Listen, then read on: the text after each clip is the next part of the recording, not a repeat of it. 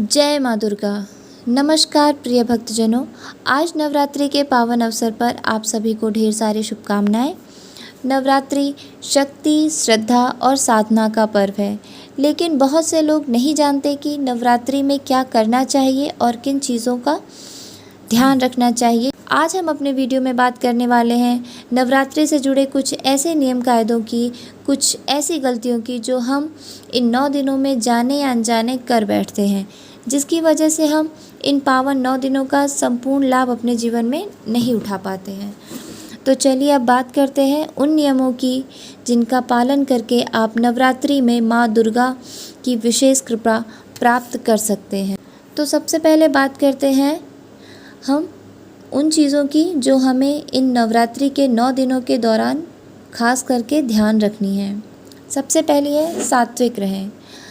आपको सात्विक भोजन करना है, आपको शुद्ध और पवित्र रहना है, आपको अपनी जो सोच है उसको पॉजिटिव रखना है। अखंड ज्योति जलाएं। अगर आपने घट स्थापना के साथ लगातार ज्योति जलाई है तो आपको इसका फल अवश्य ही मिलेगा।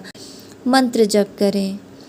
अगर आपने 9 दिन का व्रत रखा है या आपने सिर्फ पहला और आखिरी उपवास रखा है, फिर भी आपको दुर्गा जी के 2 मंत्र ओम दुम दुर्गाय नमः और ऐं ह्रीं क्लीं चामुंडाय विच्चे, इन दोनों का आपको ज़्यादा से ज़्यादा जप करना है। नवरात्रि का व्रत आप रखें, चाहे फलाहारी रखें चाहे निर्जल उपवास रखें, अपनी क्षमता के अनुसार रखें और अपनी आस्था के अनुसार रखें। कन्या पूजन अवश्य करें। अष्टमी और नवमी को 9 कन्याओं को भोजन कराकर आप उनका आशीर्वाद अवश्य लें।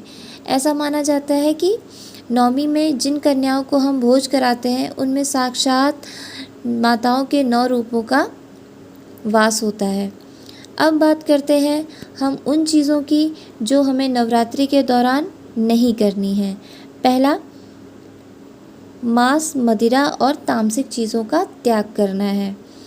तो जाहिर सी बात है, अगर आपने अपने घर में माता रानी का आवाहन किया है, पूजा किया है, तो आप इन चीज़ों को बिल्कुल भी अपने घर में ना लेके आएँ जब तक कि माता रानी आपके घर पर हैं। अब बात करते हैं कपड़ों की, पहनावे की। तो रंग हमारे जीवन में बहुत महत्वपूर्ण होते हैं, क्योंकि रंगों से भी शांति की अनुभूति होती है। तो हमें गहरे और काले रंग के कपड़े नहीं पहनने हैं। बाल कटवाना, नाखून काटना और शेविंग, इन तीनों चीज़ों से आपको बच के रहना है इन 9 दिनों में। अखंड ज्योति को बुझने बिल्कुल भी नहीं देना है। आपको खास ध्यान रखना है, आपने अगर अखंड ज्योति जला रखी है तो उसे बुझने नहीं देना है। और आखिरी है ग्रह कलेश। 9 दिनों में खास ध्यान रखना चाहिए कि आप कुछ ऐसा ना बोलें कि किसी को बुरा लगे। इन नियमों को पालन कर आप नवरात्रि में माँ दुर्गा की विशेष कृपा प्राप्त कर सकते हैं।